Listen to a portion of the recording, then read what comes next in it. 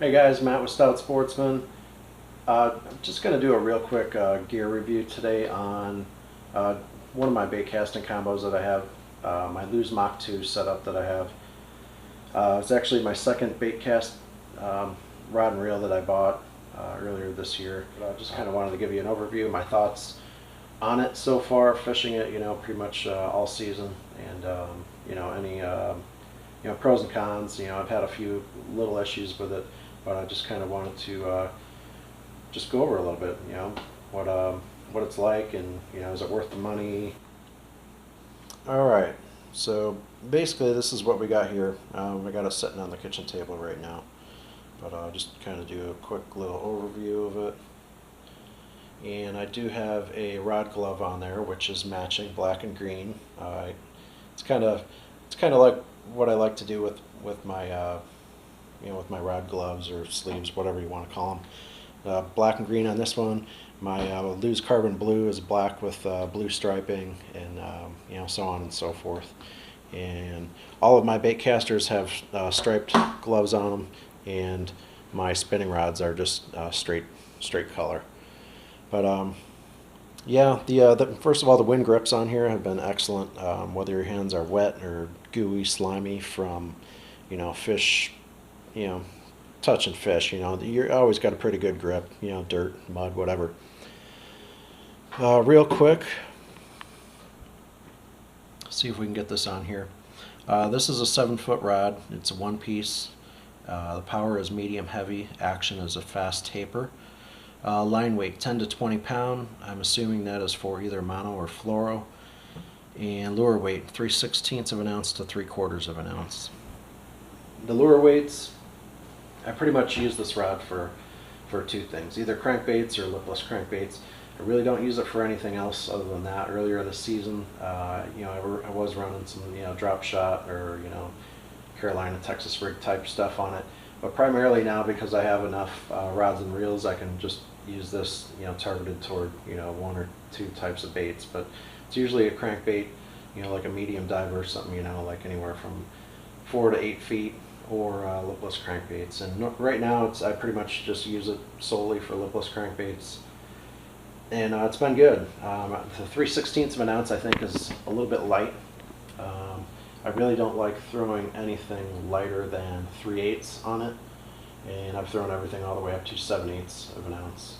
Just a real heavy lipless 6th that I got in one of my MTB or LTB boxes. But normally I'm throwing either 1/2 ounce crankbait or up to 3/4. Some of the Lucky Crafts that are a little bit heavier, and it's worked out great so far. Now I did have some slight issues with line breakage.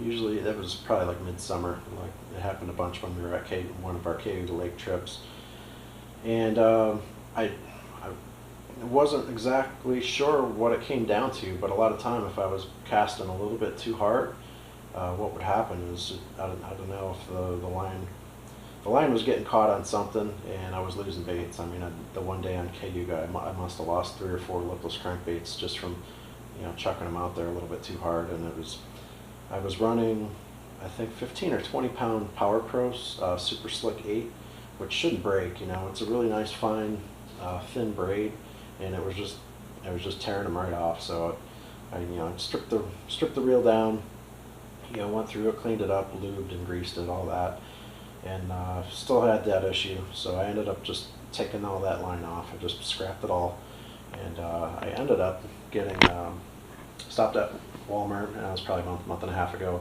I think it was before we went down to Lake Chickamauga there in October, and I bought a 300-yard spool of 30 pound Power Pro moss green, and it's been excellent. I had enough to spool up 4 bait casting reels, which worked out perfect. And it's the diameter of it's really good, nice and thin, so you can get quite a bit on there on your reel. And yeah, it's been great. I haven't had any tears or breaks or anything, but good.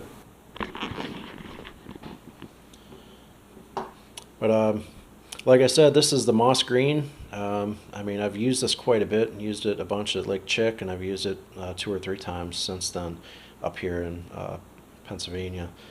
So you do, over a little bit of time and usage, you lose a lot of that that moss green color, which is kind of good. I like my line a little bit lighter in color. But yeah, the reel itself's pretty good. It's not bad. It's, I don't know, 7.5 to 1 ratio, first of all. And the reel's been, I mean, other than the line breakage I had earlier in the season, I mean, the reel's been pretty good. And the rod itself, it's a medium heavy, like I said. It acts more on toward the medium end. So I mean, there's a good amount of flex to it. But you know, it does what I want it to do. Just a good intermediate rod, and you can throw just a lot of different baits with it. You know, because right now I'm pretty much throwing just lipless crankbaits, or lipped crankbaits, and that's about it. And that's all I'm pretty much going forward. That's about all I'm going to be using it for. What did I pay for it back in January? I bought it from Gander Mountain. This is before they were going out of business. But I think I paid about $160 for it. And then I also got the extended warranty on it. So if I do break it, or it snaps, or the reel takes a crap on me or something, I do have 2 years on it. So that'd be nice, because stuff does get banged around when you have, like Scott and I, we both usually, when we're on the boat, we're running, I don't know, anywhere from 5 to 10 rods a piece on the boat. So it tends to get a little crowded. Sometimes you step on stuff and your stuff gets banged around or thrown down. But whatever. It's held up pretty well. Been super happy with it. Do I think it's worth the $160 price tag? Yeah, I guess. I don't know. I'm thinking more like in the $120 or $30 range. But it's been solid so far. I mean, it was an ICAST, I think, from 2016. Like, it was, won something for ICAST. So I mean, that tells you something. It's a solid, mid-level, bait caster to get into, and that's what I was looking for. But yeah, that's going to be my review for my Lew's Mach 2. And yeah, I got, like I said, I have a Lew's Carbon Blue. That was my first bait caster I got. And I also have a Lew's Carbon Fire, which is very similar to the Mach 2 rod. It's actually a little longer, 7'3", but it's heavy action. That's what I use for my top water. And then I have my KastKing Speed Demon on that. So that's an awesome setup. And you can throw, I was throwing umbrella rig and everything on that. But this video is a review about the Mach 2, so I won't get into the Carbon Fire or that Speed Demon. Again, there's a video on that already.